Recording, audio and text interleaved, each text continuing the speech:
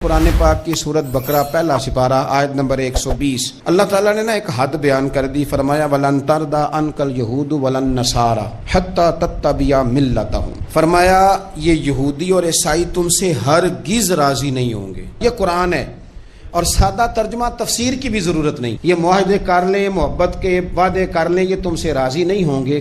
کب راضی ہوں گے؟ حتیٰ تتبع ملتہم، یہاں تک کہ تم ان کے دین کی پیروی کرنے لگ جاؤ۔ میرا جب پہلی دفعہ پاسپورٹ بنا تو میں نے سارا پڑھا، کتابیں پڑھنے کا شوق تھا شروع سے۔ اس کے ہر صفحے پہ لکھا ہے کہ سوائے اسرائیل کے، یعنی آپ پوری دنیا میں یہ سبز ہلالی پاسپورٹ لے کے جا سکتے ہیں، خبردار اسرائیل آپ یہ پاسپورٹ لے کے نہیں جا سکتے۔ یعنی اتنی نفرت کسی ملک سے کہ اس پر لکھ کے چھاپ دیا ہر صفحے پر کہ یہ پاسپورٹ سوائے اسرائیل کے ہر ملک کے لیے کارآمد ہے۔ میرا سوال ہے عرب کے ان لیڈروں سے جنہوں نے اسرائیل کے ساتھ معاہدہ کیا، مجھے بتاؤ تمہیں فلسطین کی بیٹیاں بھول گئی نا ساری کی ساری؟ تمہیں وہ ماں بھول گئی نا جو مسجد اقصیٰ کے دروازے پہ کھڑی ہو کے چیخیں مارتی تھی اور کہتی تھی کوئی علی کو خبر کرو کہ میری بچیاں قید میں ہیں؟ وہ بھول گئی؟ تمہیں وہ بہن بھول گئی نا جس پر شراب کی بوتل انڈیڑتے تھے اسرائیل کے فوجی؟ وہ آپ کو ابھی بھی ویڈیو مل جائے گی، وہ انڈیلتے تھے شراب کی بوتل، اسے پکڑتے تھے، دست درازی کرتے تھے، اور وہ بیٹی کہتی تھی یا رحمت للعالم۔ بھول گیا تمہیں وہ سارا کچھ؟ تم نے 1 منٹ لگایا اور تم معاہدہ کس سے کروا رہے ہو؟ امریکہ کے صدر سے؟ اتنا ظلم کیا تم نے، اتنا قاتل کے ساتھ معاہدہ؟ کیا سمجھتے ہو فلسطین والوں کا کوئی والی وارث نہیں؟ سنو، میرے رسول کریم صلی اللہ علیہ وسلم نے فرمایا میرا کوئی مالدار امتی دنیا سے چلا جائے، پیسے جائیدادیں چھوڑ کر، نبی پاک صلی اللہ علیہ وسلم نے فرمایا مسلمان ایک جسد واحد کی طرح، ایک جسم کی طرح، ایک حصہ تکلیف میں ہو تو دوسرا اس کی درد محسوس کرتا ہے۔ انسان کے وجود کے اندر سب سے قیمتی اس کا دماغ ہوتا ہے، اسی سے سوچتا ہے، اسی سے وہ عمل کرتا ہے، اسی سے منصوبہ بندی کرتا ہے، اسی سے وہ مومن ہوتا ہے، اسی سے معاذ اللہ کافر ہوتا ہے۔ اور وجود کے اندر جس کو درجے کے لحاظ سے بولنے میں بعض اوقات کم درجہ سمجھا جاتا ہے وہ پیر ہوتے ہیں۔ اور تو میری ٹھوکر کے بھی قابل نہیں، میں تجھے جوتے کی نوک پہ، پیر کی نوک پہ بھی نہیں سمجھتا۔ ہم یہ کہتے ہیں محاورتاً کہ تو پیروں کے قابل بھی نہیں، یعنی سب سے اعلیٰ درجہ دماغ کو دیا، دل کو دیا، اور سب سے ہلکا درجہ پاؤں کو دیا۔ لیکن مجھے بتلائیے گا اگر کبھی پاؤں کی سب سے چھوٹی انگلی، چھنگلیا، چیچی، اس پہ اگر کبھی زخم لگ جائے تو جسم کا سب سے اعلیٰ حصہ دماغ ہے، دماغ نے کبھی یہ کہا ہے کہ چھوڑو یہ تو سب سے نچلا درجہ ہے، نہیں جانا ڈاکٹر کے پاس، اتنا ٹائم کہاں ہے، رہنے دو، چھوٹی سی تو انگلی ہے، خیر ہے؟ ایسا کبھی ہوا ہے؟ دماغ فوراً کہتا ہے کہ باقی کام بعد میں کریں گے، پہلے ڈاکٹر کا پتہ کرو، اس کو مرہم پٹی کراؤ، کیونکہ اسے پتہ ہے کہ اگر یہاں درد رہی تو باقی جسم میں بھی درد رہے گی۔ اور یہ بھی پتہ ہے دماغ کو کہ اگر میں نے یہاں علاج نہ کرایا انگلی کا تو کہیں پیر بھی سارا زخمی نہ ہو جائے، اور اگر پیر کا علاج نہ کرایا تو ٹانگیں اور باقی وجود تک بھی زخم نہ آ جائے۔ لہذا دماغ جلدی فیصلہ کرتا ہے، ٹیسٹ کرانے کا، چیک اپ کرانے کا، دوائی لینے کا، مرہم پٹی کا۔ اور میرے بھائی مسلمان ایک وجود کی طرح ہے، یہ تو ہو سکتا ہے کچھ مسلمان ملک غریب ہوں اور کچھ کے پاس تیل کے کنویں ہوں، کچھ کے پاس سونے کے پہاڑ ہوں، یہ تو ہو سکتا ہے کہ بعض اوقات یہ وہ سمجھ لیں کہ ہم اعلیٰ درجے کے ہیں، لیکن یہ یاد رکھیں اگر ایک جسم کی طرح ہیں، سوچتے ہیں اور ہیں، کیونکہ نبی پاک نے فرمایا ہے، اگر اس طرح سوچتے ہیں تو پھر میرا خیال ہے کہ جس طرح تیل کے کنویں والے کو اپنی درد ہوتی ہے نا، سونے کے پہاڑوں والے ملک کو جس طرح اپنی درد ہوتی ہے نا، اس طرح اسے کسی کو بھیکارت کی نظر سے دیکھنا نہیں چاہیے، چونکہ جسد واحد ہے۔ اور جسد واحد میں اگر کوئی درجہ بڑا بھی رکھتا ہو کہ جناب ہمارے پاس ایک بڑی جگہ ہے، متبرک جگہ ہے، ہم بڑے ہیں، تو آپ بڑے ہیں، لیکن بڑا دماغی یہ فیصلہ کرتا ہے کہ بھائی وہ چھوٹا سا پیر کا حصہ زخمی ہے، جلدی کرو علاج کراؤ، لیکن بڑے دماغ والا کہے کہ میرا گھر تو محفوظ ہے۔ معراج کی بات کرنے کا تو اب وقت آیا ہے، اس لیے کہ معراج کا سارا واقعہ تو مسجد اقصیٰ کے گرد گھومتا ہے۔ سبحان الذی اسریٰ بعبدہ لیلا من المسجد الحرام الی المسجد الاقصیٰ، حضور نے معراج کی رات مسجد اقصیٰ میں نماز پڑھائی تھی، اور ایک بار پھر سے طیبہ سے فلسطین میں راستہ دیکھتی ہے پھر مسجد اقصیٰ تیرا۔ ایک بار حضور گئے تھے مکے سے مسجد اقصیٰ، اور پھر حضور فرماتے ہیں جب میں واپس گیا نا تو کفار نے جو کہ مسجد اقصیٰ دیکھی ہوئی تھی تو مجھ سے پوچھنا شروع کر دیا کہ مسجد اقصیٰ کی کھڑکیاں کتنی ہیں، دروازے کتنے ہیں، پلر کتنے ہیں۔ جب انہوں نے سوال جواب کیے تو حضور فرماتے ہیں کہ رب کریم نے مسجد اقصیٰ کو اٹھا کے میرے سامنے رکھ دیا۔ میں دیکھتا جاتا تھا، بتاتا جاتا تھا، کہہ لوں بات کر لوں۔ ایک دفعہ حضور مکے سے مسجد اقصیٰ آئے اور ایک دفعہ مسجد اقصیٰ میرے نبی کی زیارت کے لیے مکے گئی، حضور کی زیارت کے لیے مکہ شریف گئی۔ او میرے نبی تو صرف کسی چیز کی طرف ایک دفعہ دیکھ لیں تو وہاں رحمت کے پھول کھلتے ہیں۔ مسجد اقصیٰ کی طرف منہ کر کے 17 مہینے میرے نبی نے نماز پڑھی ہے۔ مسلمانوں پتہ ہی کوئی نہیں، ہماری خبریں ہی اور ہیں، ہمارا درد ہی اور ہے، ہمیں پتہ ہی نہیں بم کہاں برس رہے ہیں، ہمیں یہ خبر ہی نہیں۔ اور میں اس دور میں تقریریں کر رہا ہوں جہاں سوتوں کو جگانا نہیں پڑتا، جاگتوں کو جگانا پڑتا ہے۔ سیانے لوگوں کو سمجھانا ہمارے ذمہ لگ گیا، کیا کریں؟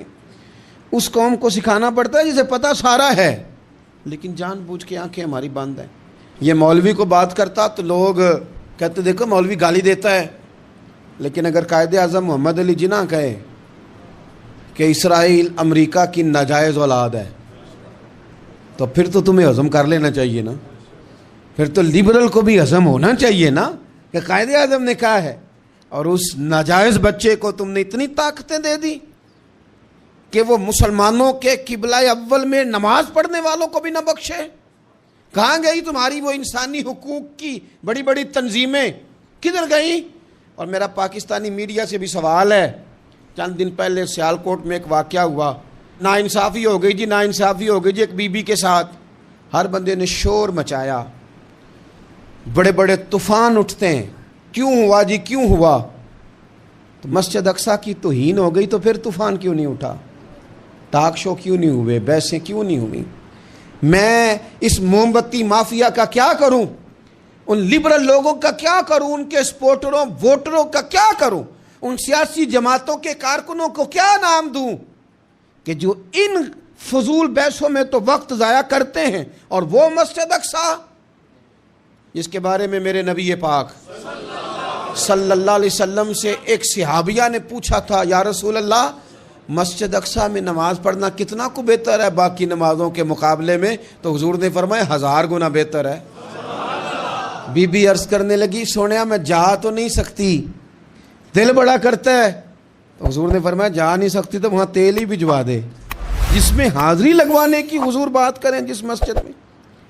اور نبی پاک علیہ السلام نے فرمایا خاص کر کے سفر کرنا ہوا تو 3 مسجدوں کے لیے کرنا، ایک مسجد حرام بیت اللہ کے لیے، ایک مسجد نبوی کے لیے، اور تیسرا مسجد اقصیٰ کے لیے۔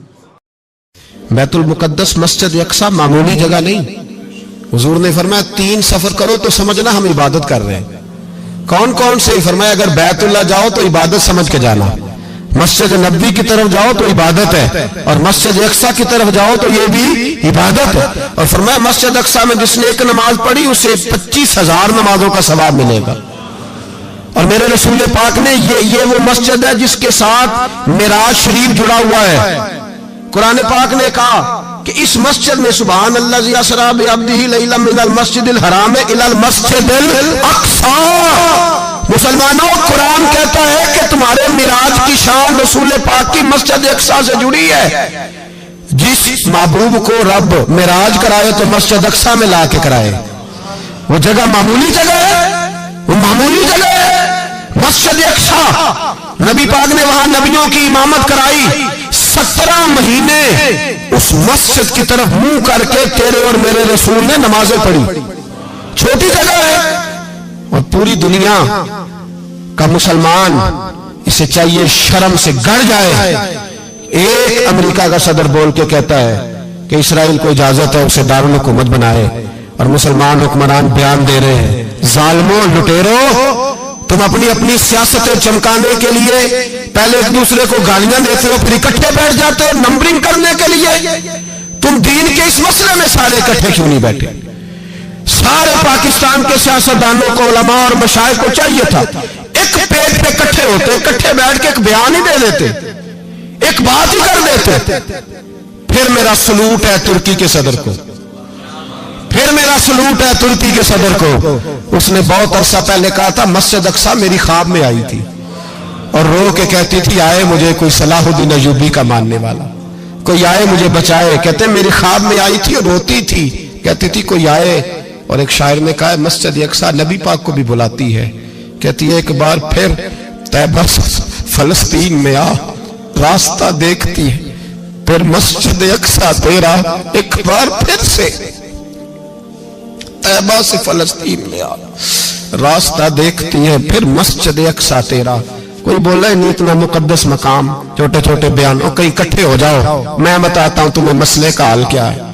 میں بتاتا ہوں, دو کام کرو. ایک کام وہ کرو جو حضرت سلمان فارسی نے کیا تھا, سنو سنو حل سنو مسئلے کا. میں چھوٹا آدمی ہوں پر حل سنو مسئلے کا. زندگی میں ایک کام مسلمان کر لے, جٹ بن کے, بھٹ بن کے, رائی بن کے, پاکستانی, مصری, سعودی بن کے بڑا جی لیا.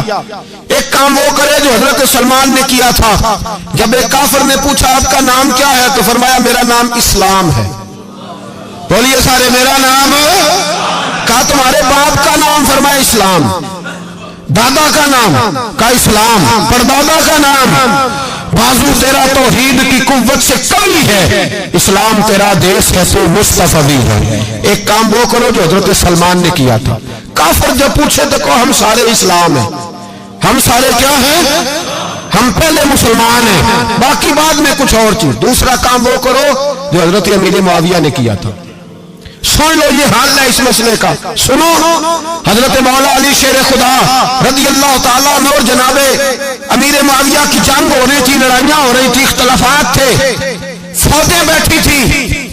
حضرت مولا علی اور جناب امیر معاویہ کی جنگ ہو رہی تھی. تو روم کے بادشاہ نے, عیسائی بادشاہ نے حضرت علی کو خط لکھا کہ میں تیرے اوپر حملہ کرنے والا ہوں. خط لکھا نا حضرت علی کو, تو جواب حضرت امیر معاویہ نے دیا. چاہیے تھا نا مولا علی جواب دیتے, حضرت امیر معاویہ بولے اور بول کے کہنے لگے اور روم کے کتے ہم گھر میں جتنا مرضی لڑے, یہ نہ سمجھنا تو علی پہ حملہ کرے گا تو میں تماشا دیکھوں گا. فرمایا تو علی پہ حملہ کر تو صحیح, علی سپہ سالار ہوگا اور امیر معاویہ اس کا سپاہی ہوگا. گھر میں جتنا مرضی لڑے پر رسول اللہ کے نام پہ ہم اکٹھے ہو جایا کرتے. یہ رسول اللہ کا دین ہے, اس پہ ہم اکٹھے ہیں, یکجان ہیں. فرمایا علی سپہ سالار ہوگا اور امیر معاویہ سپاہی ہوگا, اکٹھے نکلیں گے اور کفر کو بتائیں گے کہ اگر تم مسلمانوں کی طرف دیکھو گے پھر ہم یکجان ہیں, پھر ہم بولیے پھر ہم گنبد خضرا کے سائے تلے ایک ہیں, ایک ہیں, ایک تھے اور ایک رہیں گے. اس لیے یہ دو کام اگر مسلمان کریں, دو کام ٹھیک ہے, اختلاف ہو گئے, بڑا کچھ ہو گیا, لیکن ان سے کہیں کہ جب تم آؤ گے تو پھر ہمیں علیحدہ علیحدہ نہیں پاؤ گے, پھر ہمیں تم اکٹھے پاؤ گے, اکٹھے میدان میں نکلیں گے. اور کوئی اتنی لمبی چوڑی بات نہیں, میں کیا کروں, میرا تو آئیڈیل بنتا جا رہا ہے طیب اردگان. عجیب بات ہے نا کہ اس کے پاس ایٹمی طاقت آپ سے کمزور ہے, آپ کی تگڑی ہے. اس کے پاس جو فوجی طاقتیں ہیں وہ اپنی جگہ پر, آپ کی فوجی طاقتوں کا لوہا مانتی ہے دنیا. لیکن پھر مجھے کہنے دو نا, میدان میں بندہ ایٹمی طاقت سے نہیں لڑتا, ایمان کی قوت سے لڑتا ہے. اور بول اٹھا ہے نا, کیا کر لیا اس نے اپنی پارلیمنٹ سے خطاب کیا ہے, مطالبہ ہے, علماء سے گزارش ہے, مشائخ سے گزارش ہے, ہر مکتبہ فکر کے آدمی سے گزارش ہے, علماء اور سیاستدانوں سے اپیل ہے کہ پارلیمنٹ کا مشترکہ اجلاس بلائیں, مشترکہ, اس میں ہر سیاسی جماعت کا لیڈر بیٹھے اور اکٹھے بیٹھ کے ان کو یہ میسج دیں کہ بازو تیرا توحید کی قوت سے قوی ہے, اسلام تیرا دیش ہے تو مصطفی. اور ان کو بتائیں کہ ہزاروں قومیں وجود میں آئیں, دہر میں خشک و تر کے رشتے سے ہم نے بنیاد دوستی رکھی, یاد خیر البشر کے رشتے سے. مسلمان نہیں ہوتا. صلاح الدین ایوبی اپنے خیمے میں بیٹھے ہیں تو ایک بی بی آ گئی, اس قبیلے کا کوئی شخص مسلمان نہیں ہوتا. بی بی آئی, آگے کہنے لگی میرے 4 بیٹے جنگ میں کھو گئے, چھوٹے چھوٹے بچے جنگ میں کھو گئے, مل نہیں رہے, فوجیوں کو حکم دے مجھے میرے بچے تلاش کر کے دیں. صلاح الدین ایوبی نے جھٹ پٹ سر پہ امامہ باندھا, نیزہ پکڑا, سینے بند باندھا, اپنے جبے کو سمیٹا اور باہر. کہنے لگی تو کدھر جا رہا ہے؟ کہنے لگا میں خود تیرے بچے تلاش کر کے دوں گا. صلاح الدین چند سپاہی ساتھ گلی گلی نکلے، گلی گلی فجر کے نکلے، اثر ہو گئی، تھک گئے، 2 نمازیں صحرا میں پڑھی، جنگل کے اندر پہنچے تو ایک کونے میں 4 بچے ایک جگہ ڈرے اور سہمے ہوئے بیٹھے ملے، صلاح الدین ایوبی اٹھا کے لائے، ماں کو کہنے لگے تیرے بچے ہیں، نکلا اس لیے تھا کہ میرے نبی نے فرمایا بچے جدا ہوں تو ماں کو درد بڑا ہوتا ہے، اور میرے رسول نے فرمایا تھا جب جنگ کرنے جاؤ تو کھیت برباد نہ کرنا، فصلیں تباہ نہ کرنا، بچوں کو ماں سے جدا نہ کرنا۔ فرمایا میں سوچ رہا تھا تیرے بچے کہیں میری وجہ سے جدا ہو گئے تو مصطفیٰ کو جواب کیا دینا؟ فرمایا تیرے بچے ڈھونڈ کے لایا ہوں۔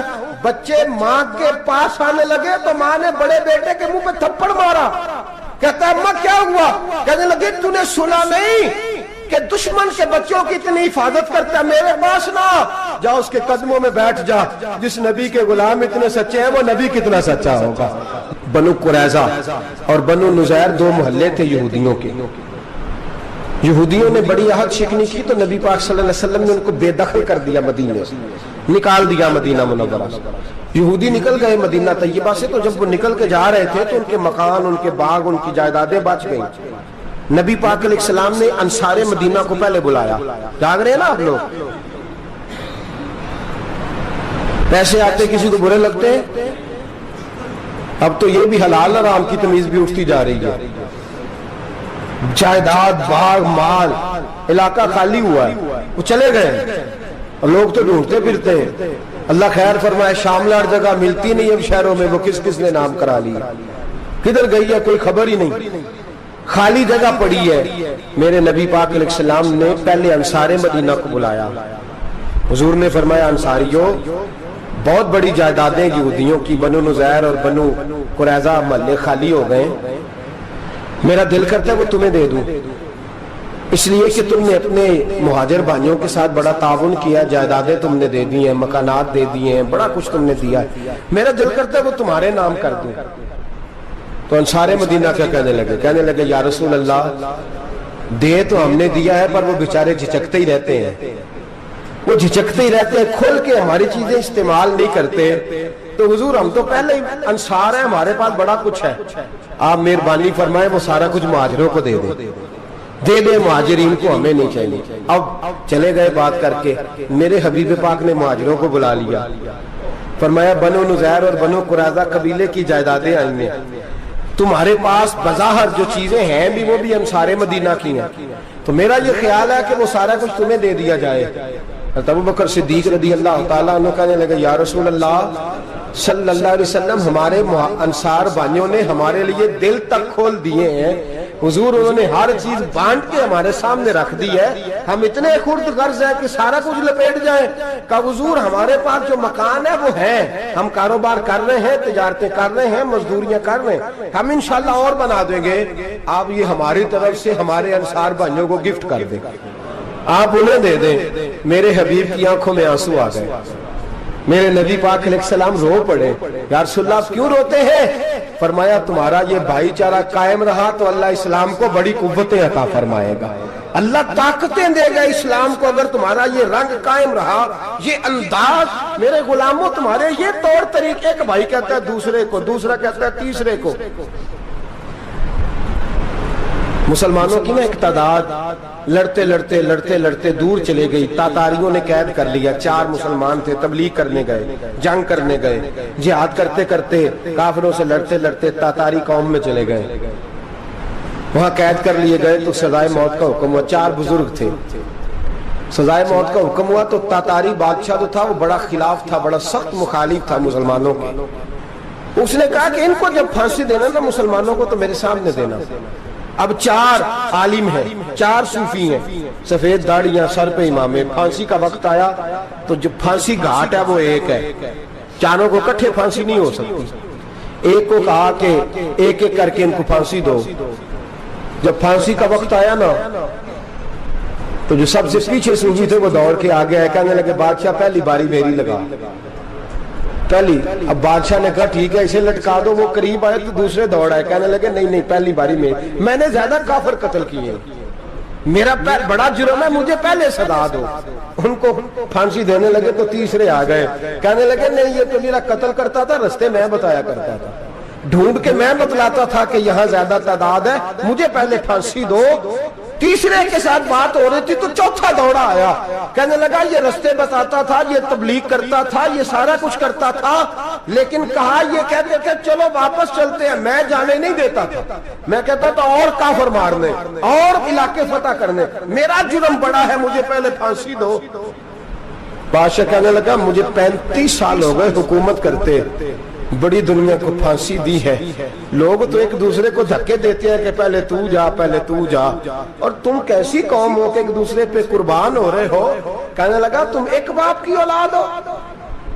جاگ رہے ہیں آپ لوگ؟ تاتاری بادشاہ, کافر بادشاہ, اسلام کی مخالفت کر دیں, ایک باپ کی اولاد ہو کا نہیں, ایک قبیلے کے رہنے والے ہو کا نہیں, ایک ملک کے رہنے والے ہو نہیں. اس نے کہا رشتہ کیا ہے تمہارا, رشتہ کیا ہے؟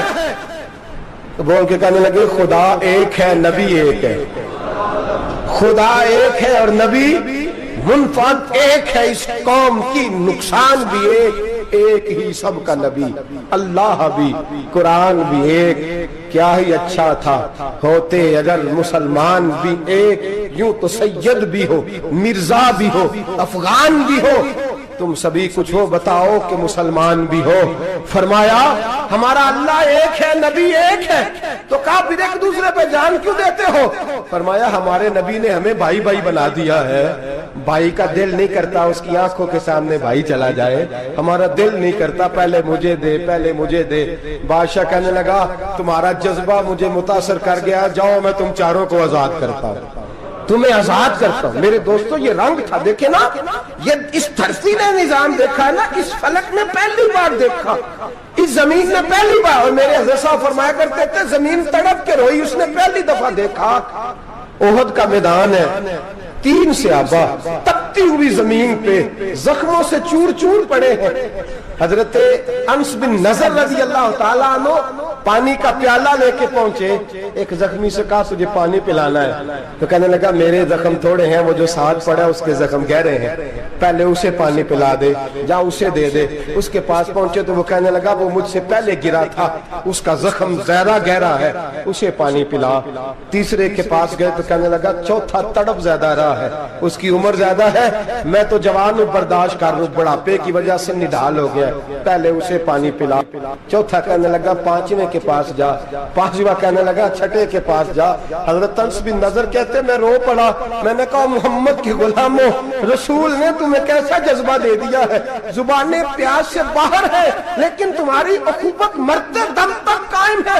کہتے میں 7ویں کے پاس گیا تو کہنے لگا اگر 6 قربانی دے سکتے ہیں تو مجھے خود غرض نہ سمجھ, میں نے نہیں پانی پینا, جا پہلے کے پاس لے جا. کہتے میں پہلے کے پاس آیا تو روح پرواز کر گئی, دوسرے کے پاس آیا تو روح پرواز کر گئی, میں 7ویں تک آیا تو انتقال کر گئے. کہتے ہیں پانی کا پیالہ میں نے اٹھایا اور میں نے زمین پہ رکھا تو میں نے کہا پانی گوا رہنا, محمد کے غلام مر تو جاتے ہیں پر ایک دوسرے کا خیال بڑا رکھا کرتے ہیں, گوا رہنا یہ مر جایا کرتے لیکن ایک دوسرے کا درد. میرے دوستو لٹا ہوا برما, روتے ہوئے مسلمان, سسکیاں اور آہیں لیتی ہوئی مائیں پوچھتی ہیں اے خاصا اے خاصان رسول, وقت دعا ہے, امت پہ تیری آ کے عجب وقت پڑا ہے.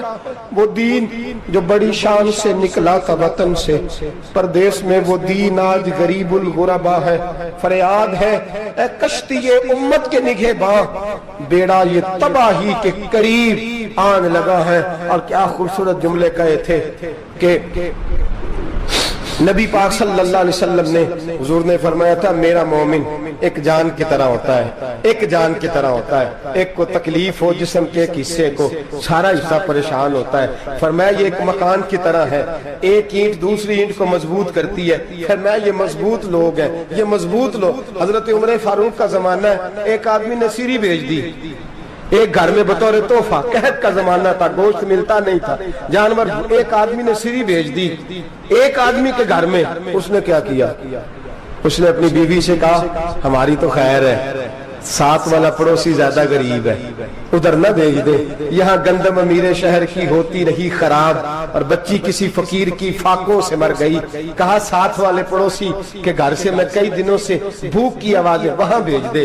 اس کے گھر گئی تو اس کی بیوی شوہر کو مشورہ دیتی ہے، کہتی ہے میرے بچے تو دلیر ہے، ساتھ والے کے چھوٹے ہیں، وہ گزارا نہیں، ادھر نہ بھیج دیں. ادھر گئی. ایک روایت ہے 7 گھر، ایک روایت ہے 21 گھر.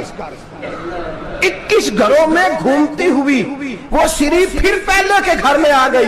اور پہلا صحابی کہنے لگا صرف تو نے ہی محمد کا کلمہ نہیں پڑھا، باقی 20 نے بھی پڑھا ہوا ہے.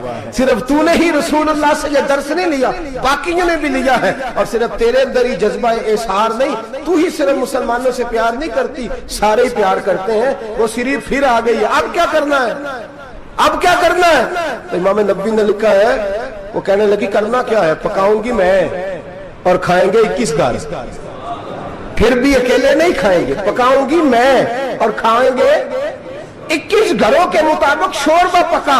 اور پھر برتن میں ڈال کے وہ بی بی ایک گھر کا دروازہ کھٹکھٹاتی ہے، کہتی ہے مصطفیٰ کے غلاموں نکلو باہر اور کھاؤ، اس لیے کہ جس نبی نے مجھے پیار کا حکم دیا اسی نے تمہیں بھی پیار کرنا سکھایا ہے. یہ رنگ چشم فلک نے سکھایا ہے.